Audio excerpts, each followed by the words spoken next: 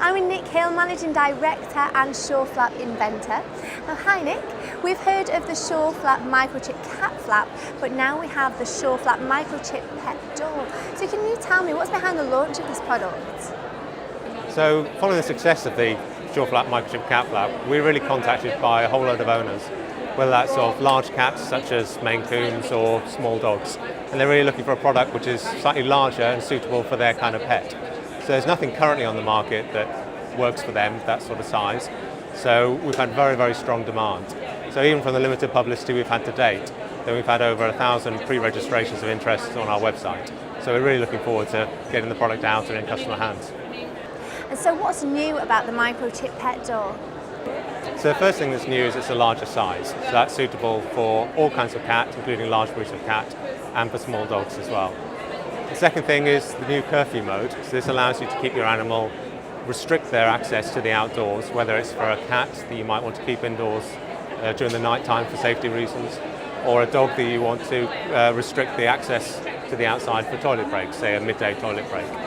And then the last thing is it also has collar tag compatibility. So we always recommend that microchipping is the best form of identification for all animals. But we know there are a certain proportion of animals out there that aren't microchipped. So we've developed a collar tag solution that works for those animals. Very simple for dogs, because they already wear collars. You can just hang the collar tag on there. For cats, it's a little bit more complicated because you would always do that with an easy release collar to prevent any injury to the animal. So the collar tag itself is like a microchip, has a unique ID number. It only lets that animal into the house. So any other animal that's in the neighbourhood that's also got a SureFlap collar tag won't be allowed in. It's still a unique backdoor key for your pet. So we've all heard about using cat flaps, but not so much about dog flaps. What's the benefit of using a dog door? So it's true that most sales in the UK are for cat flaps, but the proportion that are for dogs is growing, particularly for small breeds of dog. So the main thing is it allows an owner to build a busy lifestyle, also combine that with dog ownership. So we did a survey recently of dog owners and really found that over 80% were looking to find ways that their animal could have a more enriched, high level of exercise when they were actually out of the house. So a dog door in itself is a good mode where you can achieve that. Also, a lot of animals, the owners were really controlling the toileting time of the dog. So whether that's a morning or an evening toileting time, there's nothing during the day. It does increase the possibility of accidents in the home. And this restricts a large proportion of owners' movements, so that their busy lifestyle, if they get delayed at work, it becomes a real problem.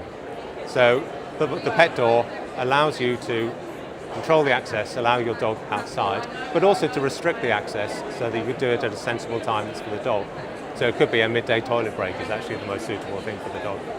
So Nick, what advice would you give to dog owners who are looking to install a door for their pet? So the first thing to consider is the space that they're actually going into.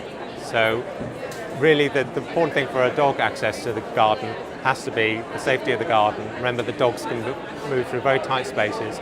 Really all those areas where they can actually escape the garden need to be blocked up, whether that's extra fence panels or repairing fences, etc. The second thing to consider is really the environment that the dog is in. Just allowing a dog outside into an outside space doesn't necessarily increase their enrichment.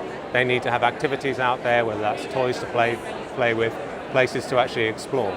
So really considering what they're going to be doing while they're out there. And then the last thing to consider is really the access times, whether you want to set up access times for a limited time during the day just for a toilet break, or give them unrestricted access during the day. And really nighttime is the thing to consider with dogs.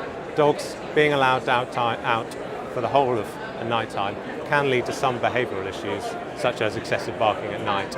And then the curfew mode in itself really comes into itself. Thank you very much, Nick. And for more information about the company and all of their products, please visit their website at sureflap.co.uk.